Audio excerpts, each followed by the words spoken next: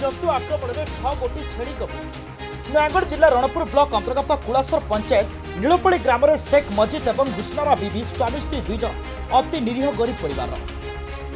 स्वामी स्त्री कहले 2 जन से महासंघर लोन आनी छेड़ी किणी छेड़ी चराई परिवार प्रतिपोषण करुଥିଲେ।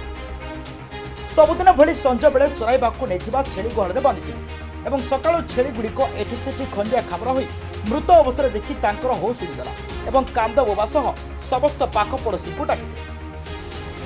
ଏହି ଅଞ୍ଚଳରେ କିଛି ଦିନ ତଳେ ବାଘ ଆତଙ୍କ ହୋଇଥିବା ବେଳେ ଏବେ ଏହି ଘଟଣା ଅଞ୍ଚଳବାସୀ ମନରେ ଭୟର ବାତାବରଣ ଖେଳାଇ ଦେଇଛି।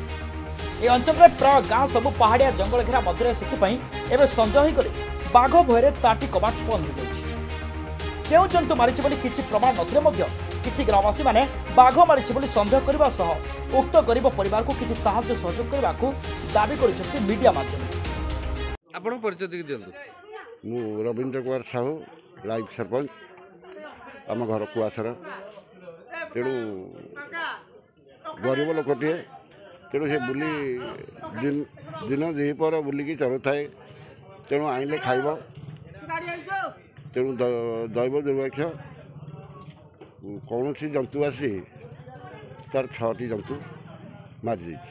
ଆପଣ କାହା ଉପରେ ସନ୍ଦେହ କରୁଛନ୍ତି? ଆପଣ ଗୋଟେ କିଛି ବିଗତ ଦିନରେ ଗୋଟେ ବାଘ ଆତଙ୍କ ଏଇ ମୁଣ୍ଡିଆ ପଟରେ ହେଇଥିଲା, କ'ଣ କହିବେ ଆପଣ? ନା, ସେମିତି କିଛି କହିପାରିବୁନୁ।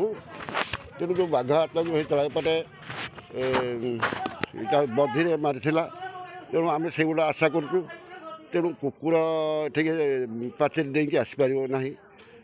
ତେଣୁ ଆମେ ତ ଆଖିରେ ଦେଖିନୁ, କ'ଣ କହିବୁ? ତେଣୁ ଆମେ ଆଶା କରୁଛୁ ଏଇଟା ବାଘ ମାରିଥିବ, କରଡ଼ା ପଛରେ ବାଘ ମାରିଥିବ। ଆପଣଙ୍କ ପରିଚୟ ଟିକେ ଦିଅନ୍ତୁ।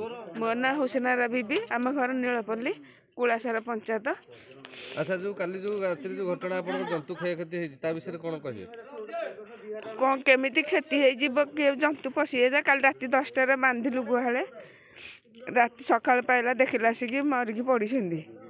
ଆଚ୍ଛା, କ'ଣ କେମିତି କ'ଣ ହେଇଛି? କିଛି ଜଙ୍ଗଲ ଜନ୍ତୁ ଏଠି ଆକ୍ରମଣ ମାନେ ଇଏ କରିଛି ନା ଆପଣ କାହାକୁ ମାନେ ଇଏ କରୁଛନ୍ତି?